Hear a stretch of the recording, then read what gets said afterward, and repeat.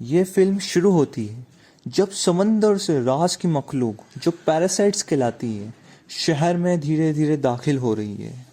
एक सोया हुआ आदमी अपने कमरे में है और उसके कान में से एक पैरासाइट घुस जाता है। वो परेशान महसूस करता है लेकिन फिर से सो जाता है ताकि वो शांत हो सके। शिनिची एक जवान लड़का नजर आता है जो रात को हेडफोन्स पर गाने सुन रहा है। पैरासाइट उसके कान में घुसने की कोशिश करता है लेकिन नाकाम रहता है। शिनिकुची को खुजली महसूस होती है और वो समझता है कि ये कोई कीड़ा है। जब उसकी नाक में जाता है वो उसके फेंकने की कोशिश करता है लेकिन उसे उठाते वक्त उसे क्रश कर देता है। फिर वो पैरासाइट उसके हाथ की खाल पे आ जाता है और उसका हाथ काट देता है। उसी वक्त उसकी माँ भी आ जाती है। वो चिल्लाता है, देखो मेरा हाथ इन्फेक्टेड हो गया। लेकिन जब उसकी माँ उसे चेक करती है तो उसको कोई मसला नजर नहीं आता। अगले दिन सुबह शिनिची को डाइनिंग टेबल पे बैठे हुए अपने हाथ में इरिटेशन महसूस होती है। फिर एक आदमी दिखाया जाता है जिसके कान में पैरासाइट घुसा था। वो अपनी बीवी के सामने खड़ा होता है और अपना भयंकर मुंह खोलता है जो बिल्कुल डरावना था।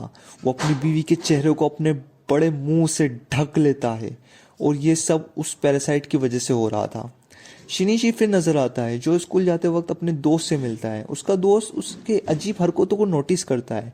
स्कूल पहुंचते ही उसका साथ कुछ गैर मामूली हो रहा था। उसका दाया हाथ बिल्कुल ताकतवर हो जाता है। घर आके वो अपने हाथ को जख्मी करने की कोशिश करता है लेकिन उसका हाथ खुद को बचा लेता है और उसे रोक देता है। फिर दिखाया जाता है कि उसका हाथ पैरासाइट में तब्दील हो चुका है और वो शिनिशी से बात कर रहा है। वो शिनिशी की किताबें पढ़ता है और उसका लैपटॉप भी यूज़ करता है क्योंकि वो इंसानों की ज़िंदगी के तरीकों में दिलचस्पी रखता है।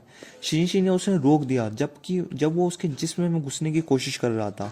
इसलिए वो सिर्फ उसके दाएं हाथ को इन्फेक्ट किया था और उसे कंट्रोल कर रहा था। वो अपना नाम मिगी बताता है और दरख्वास्त करता है कि उसे कभी बात कात ना डाला जाए। वो कहता है कि वो शिनिची को नुकसान नहीं पहुंचाएगा क्योंकि वो उसे एंटरटेनर है।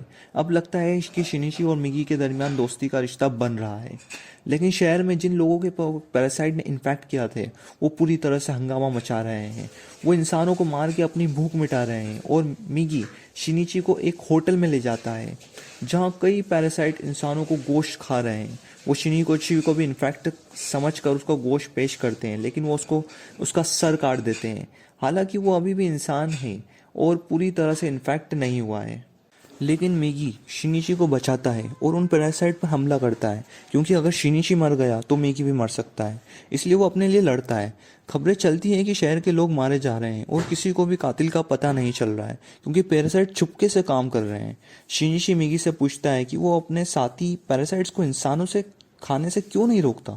मिगी जवाब देता है कि तुम भी सब्जियां और दूसरे जानवर खाते हो, हमारा खाना इंसान है, इसमें बुराई क्या है। मिगी अपने आसपास के पैरासाइट्स का पता लगाता है। स्कूल जाते वक्त वो शिनशी को बताता है कि उसके आसपास एक और पैरासाइट है। वो कोई और नहीं बल्कि उसका टीचर है। टीचर शिनिची को देखकर समझ जाती है कि वो इन्फेक्ट हो चुका है लेकिन वो कहती है कि मुझसे डरने की ज़रूरत नहीं है क्योंकि मैं इंसानों को नुकसान नहीं पहुंचाना चाहती बल्कि मैं इंसानों की ज़िंदगी के तरीकों को समझना चाहती हूँ ताकि उनकी सिफात हमेशा मेरे अंदर रहे। वो उसको दो और पैरासाइट से मिलाती है जिसमें एक पुलिस ऑफिसर और एक स्टूडेंट है। वो कहती है कि ये पुलिस ऑफिसर मेरा शोहर है और हमें एक बच्चे की उम्मीद है जो इंसान होगा। हमें भी इंसान की तरह ज़िंदगी गुजारना चाहते हैं। हम किसी को सामने मारना नहीं चाहते क्योंकि ये नुकसानदेह है लेकिन हम चुपके से कहना चाहते हैं, क्या तुम हमारे ग्रुप का हिस्सा बनोगे। लेकिन मिगी इनकार कर देता है। अगले दिन वही पुलिस ऑफिसर उसके पास आता है। मिगी शिनिशी को बताता है कि वो हमें मारने आए हैं क्योंकि उसको पता चल गया है कि हमने उस दिन होटल में एक पैरासाइट को ख़त्म कर दिया था। पुलिस ऑफिसर उस पर हमला करता है और मिगी और शिनिची उससे लड़ते हैं। आखिर में वो उसको मारता है।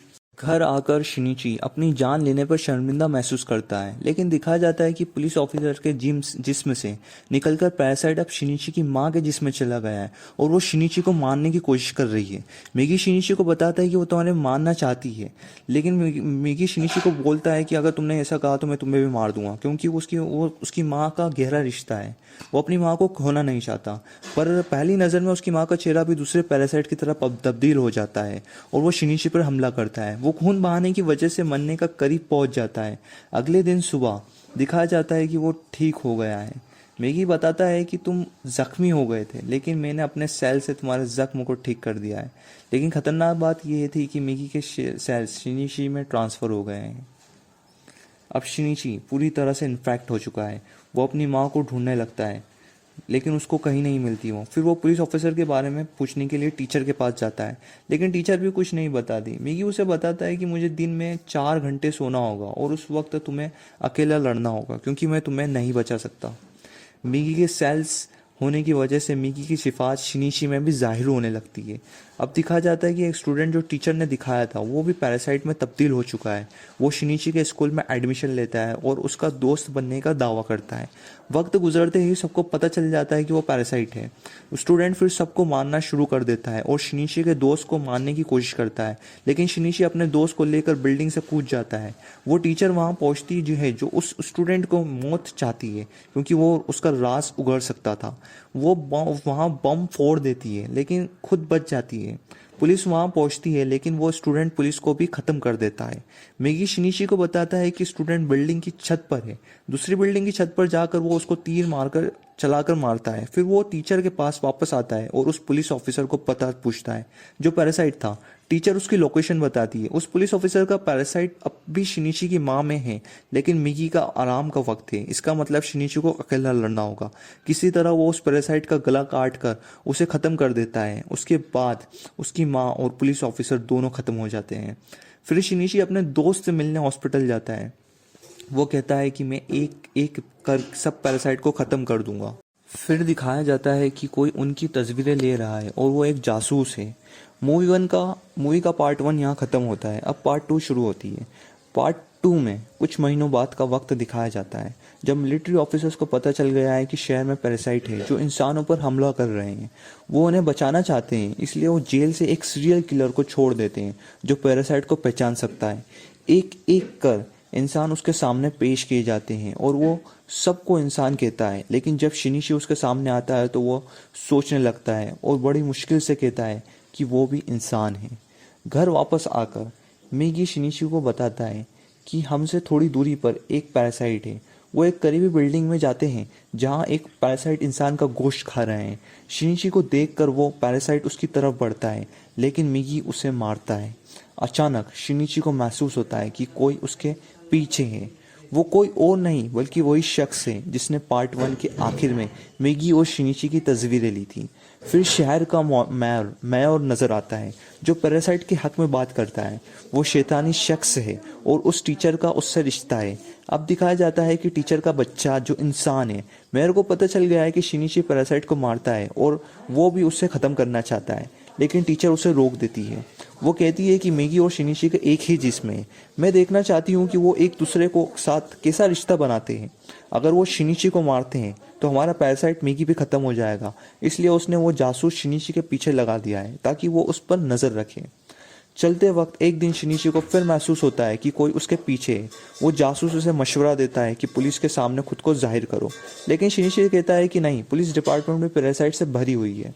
शिनिची को पता चल जाता है कि टीचर ने जासूस को उसके पीछे लगा दिया है।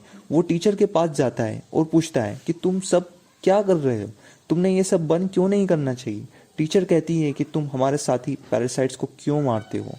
वो अभी सीख रहे हैं इंसानों को कैसे खाना है। वक्त के साथ साथ वो उन्हें मारना बंद कर देंगे। वो खामोश रहता है और जिस जासूस को बताता है कि वो टीचर बहुत खतरनाक पैरासाइट है, होशियार रहो, वो तुम्हें भी नुकसान पहुंचा सकती है। लेकिन जासूस से नहीं मानता। अगले दिन जासूस उस मेयर से मिलता है। वो कंफर्म करना चाहता है कि शिनिची सच कह रहा है या नहीं, इसलिए वो मेयर के कमरे में एक ऑडियो टेप लगा देता है। मेयर को पता चलता है पर वो जासूस को मारने का हुक्म देता है। वो कहता है कि वो हमारे लिए खतरा बन गया है। वो एक पैरासाइट को उसके घर भेजता है ताकि जासूस को मारे। वो उसकी बेटी को मारते हैं क्योंकि वो घर पर नहीं होता। मिगी शिनिची को बताता है कि 5 पैरासाइट्स तुम पर हमला करने आ रहे हैं। एक आदमी उनकी तरफ बढ़ता है जो 5 पैरासाइट को मिला हुआ है। मिगी और शिनिची लड़ते हुए उसका सर फोड़ देते हैं। वो समझते हैं कि वो मर गया है, लेकिन सिर्फ एक पैरासाइट मरा है और बाकी 4 अभी भी जिंदा है। टीचर मेयर से कहती है कि अगर मैंने तुम्हें मना किया था कि तुम शिनिची और जासूस को मारने के लिए पैरासाइट नहीं भेजोगे तो तुमने ऐसा क्यों किया। मेयर नोटिस करता है कि टीचर माँ बनने के बाद इंसानों की महसूसियत पैदा कर रही है। वो इससे नफरत करता है और टीचर को मारने के लिए 3 पैरासाइट्स भेजता है। पैरासाइट्स होने के नाते टीचर को समझ आता है कि कोई उसे मारने आया है। वो उन्हें कार पार्क में बुलाती है और अकेला लड़ते हुए उन्हें ख़त्म कर देती है। घर वापस आके वो देखती है कि उसका बच्चा वहाँ नहीं है। वो वहाँ एक नोट पाती है जिसमें लिखा है, ब्रिज पर मीटिंग के लिए आओ और तुम्हारा बच्चा मेरे पास है। असल में वो नोट जासूस से छोड़ा था जो अपनी बेटी की मौत का बदला लेना चाहता था और टीचर के बच्चे की जान लेना चाहता था। टीचर परेशानी में शिनिची के साथ वहां जाती है। शिनिची जासूस से कहता है कि इस बच्चे को मार के तुम्हें कुछ नहीं मिलेगा क्योंकि ये बच्चा इंसान है। मिलिट्री ऑफिसर भी वहां पहुंचते हैं। उन्हें पता चल गया है कि मेयर ने अपनी बिल्डिंग में कई पैरासाइट छिपा रखे हैं। अब वो बिल्डिंग के लोगों को एक एक कर बाहर भेज रहे हैं और उनमें से पैरासाइट्स को ढूंढकर गोली मारते हैं। सीरियल किलर भी वहाँ मौजूद है। फिर मेयर अपना स्पीच देने लगता है। वो कहता है कि असल मॉन्स्टर इंसान है जो भी बिन वजह पैरासाइट को ख़त्म कर रहे हैं। वहाँ मौजूद मिलिट्री ऑफिसर्स उस पर निशाना लगाते हैं और उसे ख़त्म कर देते हैं। सीरियल किलर चिल्लाता है कि वो इंसान था लेकिन सिर्फ पैरासाइट की मदद कर रहा था। वो वापस मुड़ते हैं और उस आदमी को पाते हैं जिसमें 5 पैरासाइट थे। सब उस पर गोली चलाते हैं लेकिन उससे कुछ नहीं होता। फिर दिखाया जाता है कि जासूस उस बच्चे को फेंकने ही वाला थे।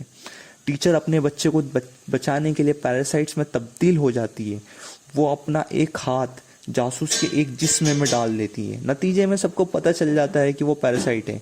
पुलिस उसे गोली मारना शुरू कर देती है। वो जानती है कि सब वो नहीं बचेगी। वो अपना बच्चा शिनिची के हवाले करती है और ये एक जिम्मेदारी उसको देती है। वो तुरंत मर जाती है क्योंकि उसको कई गोलियां लगी थी।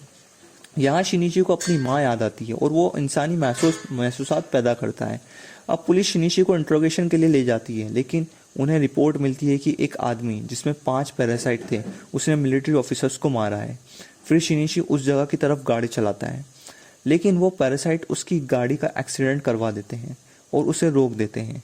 वो जंगल की तरफ भाग जाता है। वो मिगी से कहता है कि जब तक तुम मेरे साथ हो वो मुझे ढूंढ लेगा। वो मिगी से दरख्वास्त करता है कि वो उसे अलग हो जाए।